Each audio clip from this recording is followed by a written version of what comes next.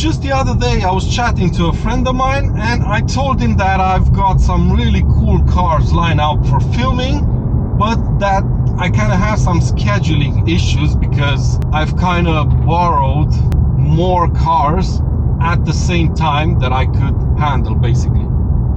And when he asked me, I told him two of the cars that I've double booked are the M2 and the Supra. And at that point he told me, why don't you film a comparison video between the two cars? At which point I gave him a reply that you could only find on BMW forums, of course. I told him, bro, this is a 460 horsepower M car. How can a Supra that has 120 horsepower less than this compete with it?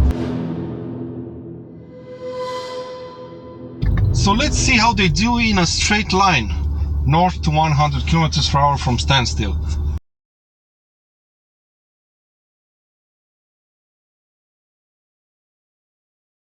Of course, we have launch control in the M2. I'm gonna reset this shitty measuring app.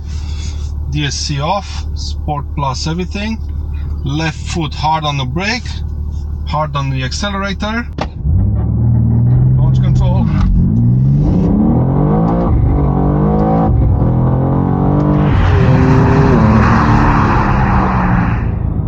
Okay. 5 seconds.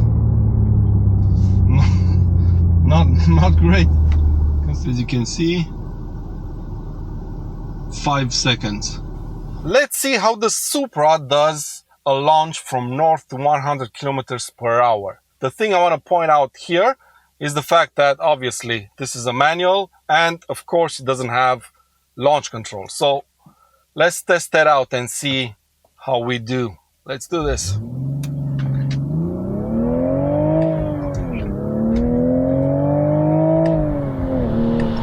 Whoa! 5.5 seconds. Wow. 5.5 seconds. The second timer is still running for some reason. 5.5 seconds. Now at this point you're probably wondering, how can the Supra be so close to the BMW M2, especially when it has a manual transmission? Well folks, it all comes down to weight. Yes, this car is down 120 horsepower compared to the BMW, but it is 200 kilograms lighter. And this is not the only thing that makes the Supra a worthy opponent to the M2.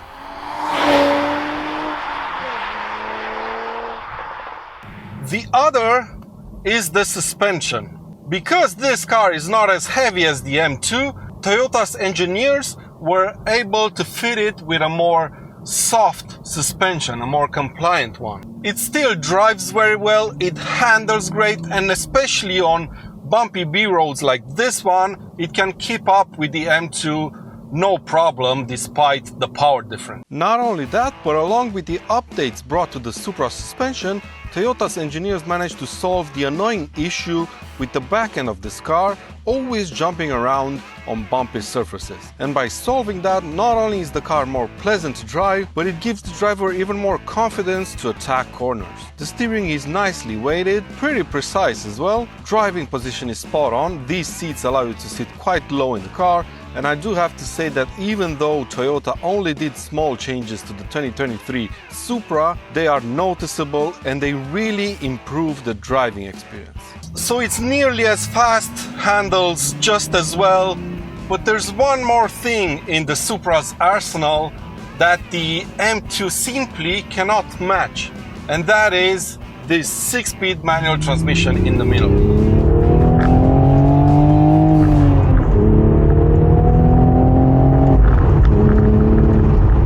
And yes, I am aware that the M2 can also be spec'd with a manual, but this one fitted to the Supra is no BMW manual, which is not the best manual transmission out there. It has a very weird rubbery feel when you're shifting gear, and it's not very precise. Well, this one fitted to the Supra is quite the opposite. And it's not taken from BMW, which is quite ironic considering just how many BMW bits this car has. This 6-speed manual is totally bespoke to the Supra, and according to Toyota, it's built by putting together some bits from ZF and some off-the-shelf parts Toyota had lying somewhere in their factory that could handle the torque produced by this amazing B58 engine. And the result is sensational. This gearbox has really short throws, it's very precise, the clutch is positioned perfectly, so is the gear lever, and it's just a joy to use. I mean, this manual transmission has totally transformed the Supra, and this wasn't a bad car to begin with, so yeah, there you go.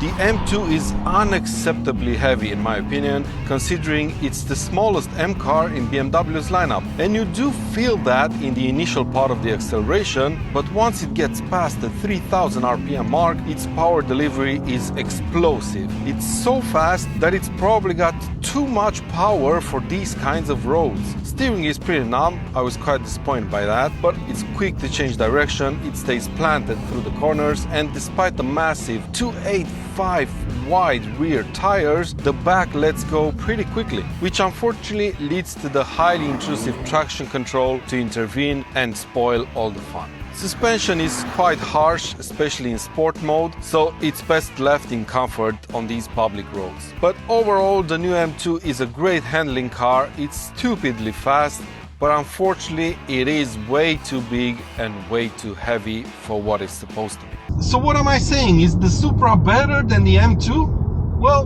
not really. I think the BMW is the more superior car. It's got a monster engine, it handles extremely well, it's fast, and I suspect that on track it's gonna demolish the Supra. It also does the daily stuff better, it's more comfortable, it's got space for 4 humans-ish, it's got a big boot, it's got plenty of tech on the inside. Speaking of tech, just look at this interior, then compare it to the Supra. On its own, the Toyota's interior is quite nice and it doesn't feel it's lacking anything. But once you get into the BMW, you immediately notice that the quality and tech has taken a huge leap forward. You have this massive screen on the dash that holds everything from the dials to the infotainment system all the way to the climate control functionalities. That unfortunately allowed BMW to remove a lot of physical buttons, which I think is the biggest drawback of this car's interior. The Supra basically has the previous M2 interior. Like I've said, it's not missing anything, but it definitely doesn't feel like a modern 2023 interior. But that, of course, is reflected in the price. While the Supra costs around 64,000 euros in this trim, fully spec'd out, a similarly spec'd M2 is around 10 grand more expensive. I purposely avoided talking about the exterior designs, as both of these two cars are, let's say, controversial in their own right. I'd personally take the Supra's exterior design any day of the week, but as with all visual things, it's all very subjective. But considering this is the best BMW has to offer in this segment, and the Supra is so close to it performance-wise, I think it makes the Toyota an even more underrated car than it already is. So when you're looking for your next sports car, make sure you don't ignore the 2023 manual Supra.